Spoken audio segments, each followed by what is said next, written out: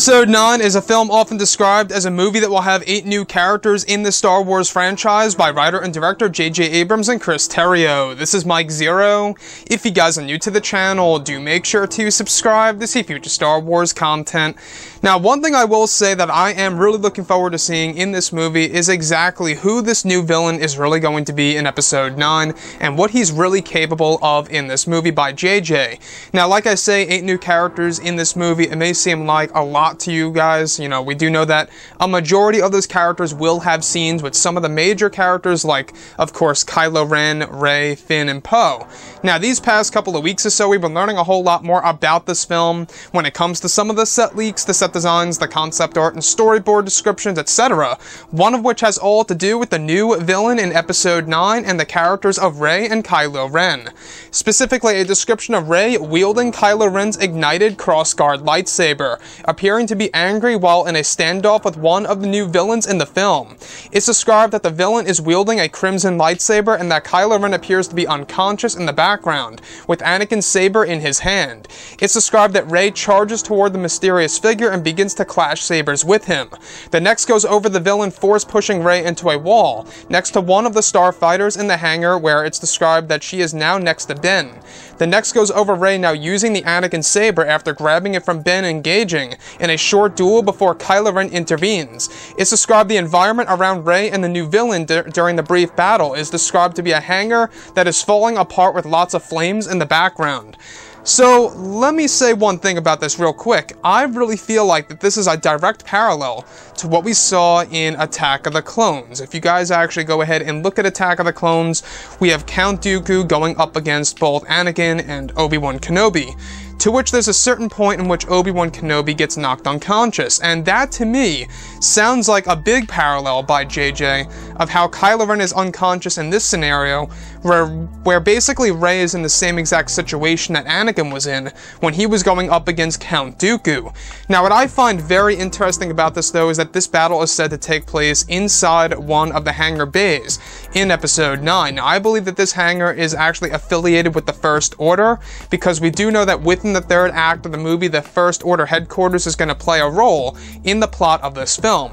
Now, one thing that I found very intriguing is that Rey actually uses Kylo Ren's crossguard lightsaber against this new villain wielding a crimson lightsaber of his own. So, we do know that Ben Solo is knocked unconscious in the background holding Anakin's saber. You know, we also know that this connects to the previous battle between both Kylo Ren and the new villain.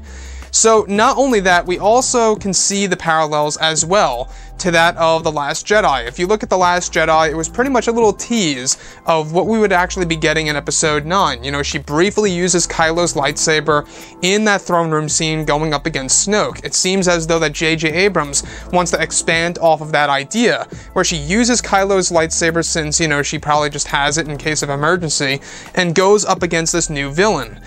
To which there's a point in which she gets force pushed into the wall next to Kylo Ren, and then uses the Anakin Skywalker lightsaber against this new villain in Episode 9, which by the way is codenamed and/or named Vector Ritsu in Episode 9. So this new villain's name is apparently Vector Ritsu, which honestly sounds pretty sinister. It sounds quite unique and something very Star Wars-y that we haven't seen in a Star Wars film to date.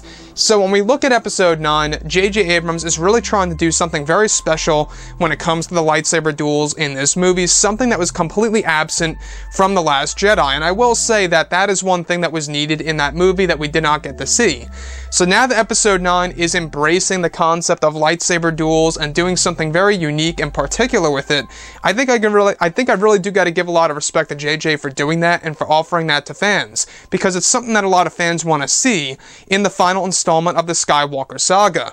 Now, lastly, what I do want to go over is how the whole entire environment around them is actually considered to be a hangar bay that's actually falling apart and there's flames in the background. Now, this may actually tie with what we heard a couple of days ago about a landslide sequence between the duel between both Kylo Ren and Rey before this confrontation between the 3 different characters. So you could see how a lot of the dots are really starting to connect here between all the different little plot elements in the third act of the movie.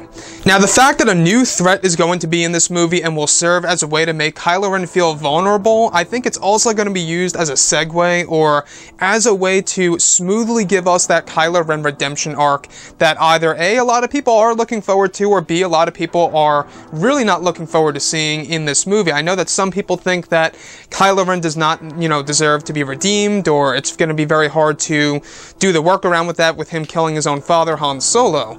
In my eyes, this is the best way possible to give us that Kylo Ren redemption arc, is him going up against this new threat, this greater evil that would combine of course, the First Order and the Resistance and/or Kylo Ren and Rey to team up and take on this new threat in Episode 9. That'll actually be the best way to give us that Kylo Ren redemption arc for sure. Anyways, guys, drop a comment below. Let me know what you think about all of this in the comments. And if you guys did enjoy the content for today, do make sure to drop a thumbs up on this video to support the channel. I thank you all so very much for the kind support, and I'll catch you guys next time.